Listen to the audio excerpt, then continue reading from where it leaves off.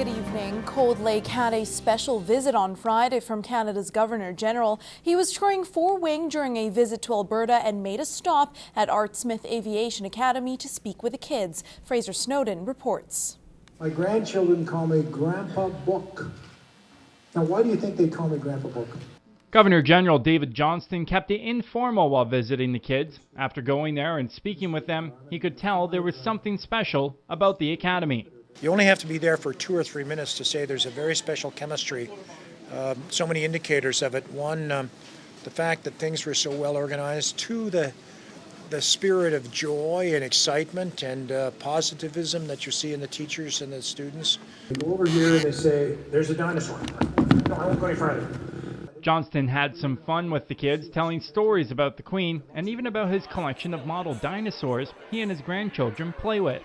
Probably about like the dinosaurs in the greenhouse and stuff like that. Yeah, that was hilarious to me. I just loved it because this is like a once-in-a-lifetime opportunity. Not a lot of schools get to do it at all. He visited the school after a parent heard he was on base and suggested he come and see the students. This is absolutely the most amazing thing that has happened in the history of the school and in my life, to have the Governor General in the building and to be able to escort him. His Excellency says while touring 4-wing, he was impressed with the advancement of the base. A remarkable establishment of a military base that is very sophisticated. I was so struck by the level of technology we have here and how demanding it is for our people to be very much at the front of this new technology. In Cold Lake, Fraser Snowden, Newcap News. It's not your typical bike trip. The fire chief from Jasper is biking his way across the prairies to raise money and awareness for multiple sclerosis. But he isn't on a normal 10-speed bicycle. He's traveling on a fat bike, making the 3,000-kilometer trip a little more challenging. And as Annika Notveit explains, he stopped by Lloydminster on Friday with an update of his journey, Highway 16 end to end. Sunny day to be out pedaling, but Greg says it wasn't always like this.